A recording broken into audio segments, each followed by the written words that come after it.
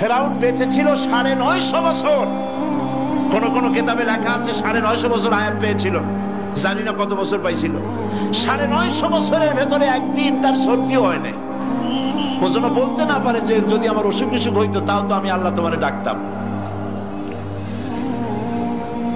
মানে মুনাফিক, কাফের, বেঈমান, অহংকারী আল্লাহ সুযোগ দেন, পাপিষ্ঠকে সুযোগ দিয়ে দেন। এই কথা যেন বলতে না পারে যে আল্লাহ আর যদি ৬টা মাস সময় পাইতাম তাহলে আমি ভালো হয়ে যেতাম। এরকমও সুযোগ দেওয়া হয় না। ঠিক আছে, করতে থাকো, দেখি কদ্দূর পারো।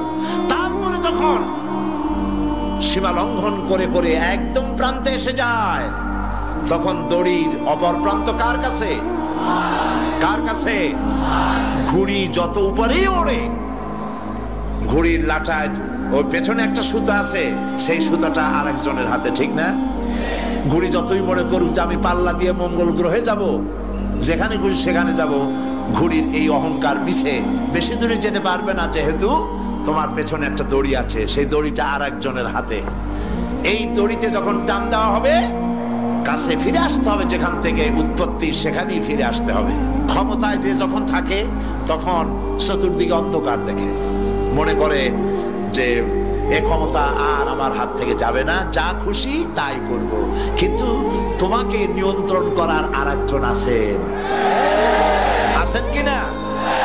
সেজন্য আল্লাহ পাক বলেছেন ওয়ায়ামুদ্দুহুম ফি তুগয়ানিহিম ইয়ামাহুন, আমি যারা সীমা লঙ্ঘন করে আমি ঢিল দেই, একশোটে ধরি না, ঢিল দেই, দেখি কতদূর পারো। সুতরাং আল্লাহ পাকের এই প্রচন্ড ক্ষমতাকে বিশ্বাস করতে হবে যে তিনি বিরাট ক্ষমতার মালিক।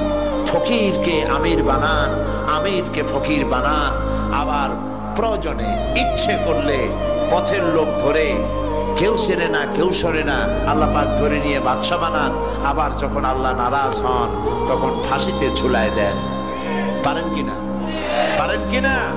প্রচন্ড ক্ষমতার মালিক তিনি।